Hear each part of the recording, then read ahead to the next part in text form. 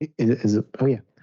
Um, I, sorry, I'm kind of overwhelmed. But earlier in the film, there was talking about like if you're on a beach in Greece and you see the migrants in the water, do you take the picture or do you go help?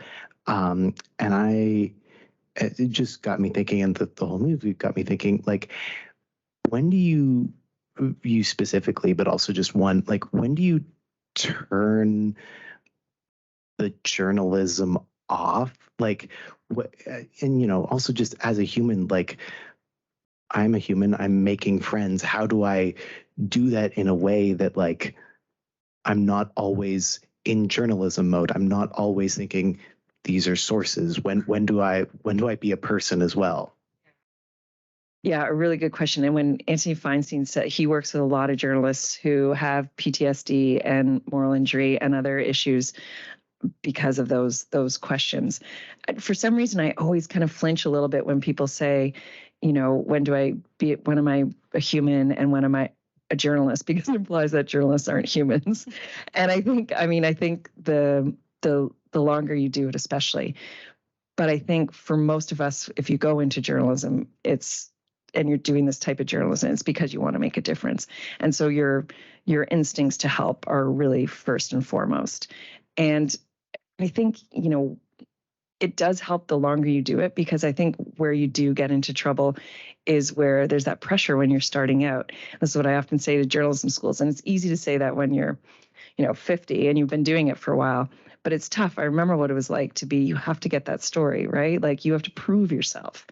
And that's where I think sometimes you can get into trouble, because it's never, I always say it's never worth the story if you injure somebody. It's if you ruin someone's life because of what you've done or traumatize them, it's never worth that story. There's always going to be another story. Like it's way better to get beat than to have that. So I think it's not necessarily something that I can say, always make sure you do this and check in this. It's just by experience, and you realize that. But there's also, you have to realize in certain situations, you can't help everyone. You're still there. Like you're not a humanitarian worker. You're still there to do a job, and you actually just can't help everybody, so you have to remember you're trying to help them by bringing the truth and writing the stories. That's your job. So you do that the best you can, but never at the, at the cost of somebody else. But I've never had a scenario quite like he describes there, which I know friends who have, and it's especially tough, especially on photojournalists. It's a real, like, do you get that shot? And well, exactly as he said, like, where do you go? And it's devastating.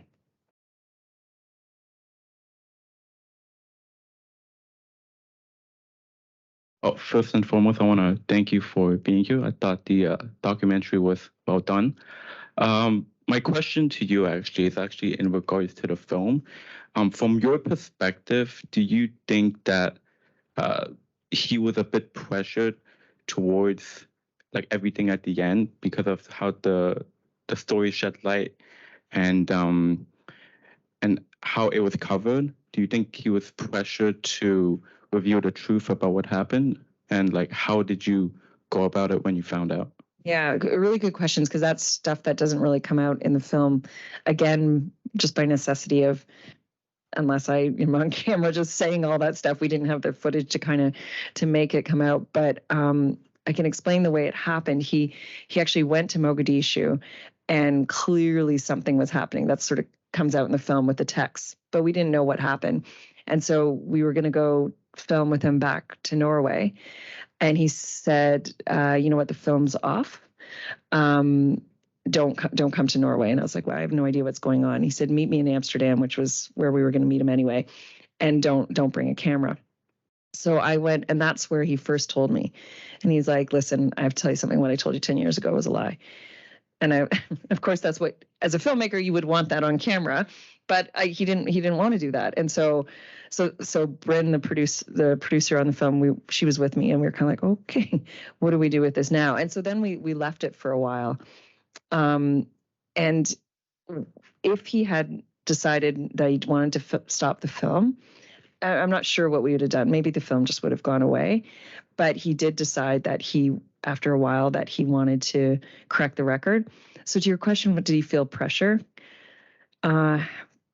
Probably, and I think he felt bad because we'd started this film and he had duped people to a certain degree in the media, so he felt he had a responsibility to do that.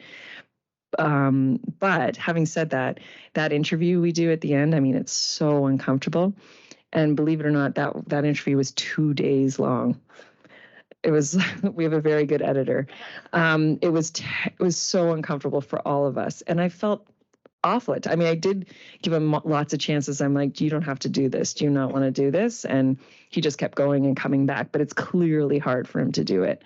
So I don't know if that answers your question. I think he did feel pressured in some way. We really thought long and hard, talked with all our team about this. Like, ethically, we feel we didn't pressure him. It was his decision ultimately. But sure, there was a discomfort and a pressure about it. Thanks.